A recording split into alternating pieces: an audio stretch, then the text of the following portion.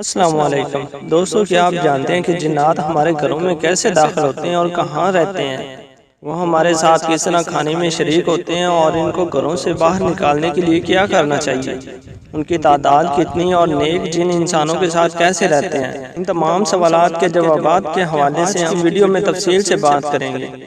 حضرت ابن عمر رضی اللہ تعالیٰ عنہ فرماتے ہیں کہ چوتھی زمین کے اوپر اور تیسری زمین کے نیچے اس قدر تعداد میں جنات رہتے ہیں کہ اگر وہ تمہارے سامنے آ جائیں اور زمین و آسمان کے درمیان مطلق ہو جائیں تو تمہیں سورج کی روشنی تک دکھائی نہ دے، یعنی ہر طرف اندھیرا چھا جائے۔ اسی طرح حضرت عمر بقالی رضی اللہ تعالیٰ عنہ جنات کی تعداد و پیدائش کے حوالے سے فرماتے ہیں کہ جب انسان کے ہاں ایک بچہ پیدا ہوتا ہے تو جنات کے ہاں 9 بچے پیدا ہوتے ہیں، یعنی جنات کی تعداد انسانوں کی تعداد کے 9 گنا ہوتی ہے۔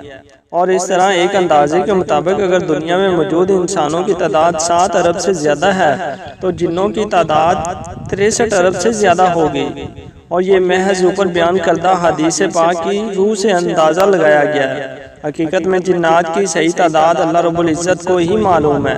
حضرت ابو ہریرہ رضی اللہ تعالیٰ عنہ سے روایت ہے کہ نبی کریم صلی اللہ علیہ وسلم نے مجھے حکم فرمایا کہ میرے لیے پتھر تلاش کرو تاکہ میں اس سے استنجا کروں، لیکن ہڈی اور لید مت لانا۔ میں نے آپ کی خدمت میں وہ پتھر پیش کر دیے جو میں نے پلے باندھ رکھے تھے۔ جب رسول اللہ صلی اللہ علیہ وسلم فارغ ہو گئے تو میں نے عرض کیا، یا نبی اللہ، ہڈی اور لید سے منع کرنے میں کیا حکمت ہے؟ فرمایا، یہ دونوں چیزیں جنات کی خوراک ہیں۔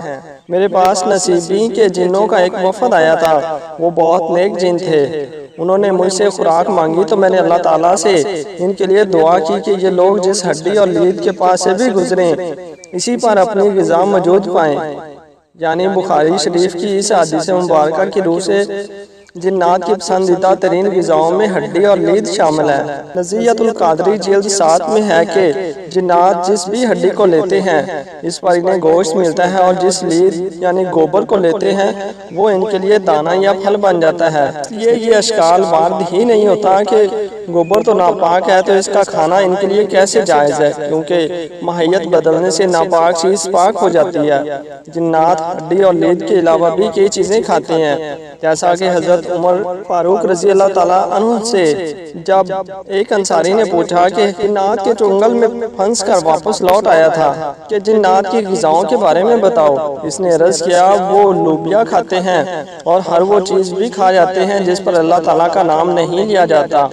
پھر آپ نے جنات کے پینے کے بارے میں پوچھا تو صحابی نے کہا، ان کا پینا جزف ہے۔ جزف سے مراد یا تو وہ یمنی گھاس ہے کھانے سے پیاس مٹتی ہے، یا وہ پانی ہے جو برتن میں ہو اور اسے ڈھانپ کر نہ رکھا جائے۔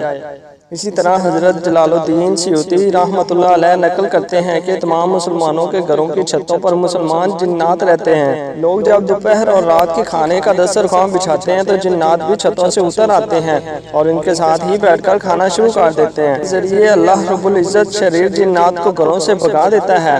یعنی جنات نہ صرف گھروں میں آباد ہوتے ہیں بلکہ انسانوں کے ساتھ کھانا بھی کھاتے ہیں، اور گھروں میں موجود نیک جنات کی وجہ سے شریر جنات گھروں سے نکل جاتے ہیں۔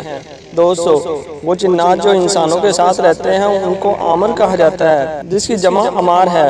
صحیح مسلم شریف میں ہے کہ حضرت جابر رضی اللہ تعالیٰ عنہ سے مروی ہے کہ انہوں نے رسول اللہ صلی اللہ علیہ وسلم کو فرماتے ہوئے سنا، جب کوئی شخص اپنے گھر میں داخل ہو اور داخل ہوتے وقت اور کھانے کے وقت بسم اللہ شریف پڑھ لے تو شیطان اپنی ذریت سے کہتا ہے، اس گھر میں نہ تم رہ سکتے ہو اور نہ کھا سکتے ہو، اور اگر بسم اللہ شریف نہ پڑھی جائے تو کہتا ہے یہی جگہ تمہارے رہنے کی ہے، اور اگر کھانے کے وقت نہ پڑھی جائے تو کہتا ہے تمہیں رہنے کی جگہ بھی مل گئی اور کھانے کو بھی مل گیا۔ جنات کے بارے میں تو ہم نے دیکھ لیا کہ وہ مسلمان گھرانوں کی چھتوں پر بھی رہتے ہیں، جبکہ اس کے برعکس شریر جنات کے بارے میں ہے کہ وہ گھروں میں موجود بیت الخلاء، کچرے کے ڈھیر اور غسل خانہ وغیرہ میں رہتے ہیں۔ یہی وجہ ہے کہ رسول اللہ صلی اللہ علیہ وسلم نے ارشاد فرمایا، جب تم میں سے کوئی شخص بیت الخلاء میں جائے تو وہ بیت الخلاء جانے سے پہلے دعا پڑھ لے۔ اسی طرح حضرت جابر رضی اللہ تعالیٰ عنہ سے مروی ہے، رسول اللہ صلی اللہ علیہ وسلم نے فرمایا، اے لوگوں، اپنے گھروں سے گوشت کی چکنائی والا کپڑا یعنی دستی رومال وغیرہ جس سے گوشت صاف کیا گیا ہو اور اس پر گوشت کی چکنائی اب بھی موجود ہو نکال دو، یعنی دھو دیا کرو۔ اس لیے کہ یہ شریر جن کی جگہ ہے اور اس کی قیام گاہ ہے۔ دوستو امید کرتے ہیں کہ یہ ویڈیو آپ کے علم میں خاطر خواہ اضافے کا باعث بنی ہوگی۔ اللہ رب العزت ہمیں اور آپ کو دنیا و آخرت کی تمام بھلائیاں عطا فرمائے اور ہمیں ہر شریر کے شر سے اپنی حفاظت میں رکھے، آمین یا رب العالمین۔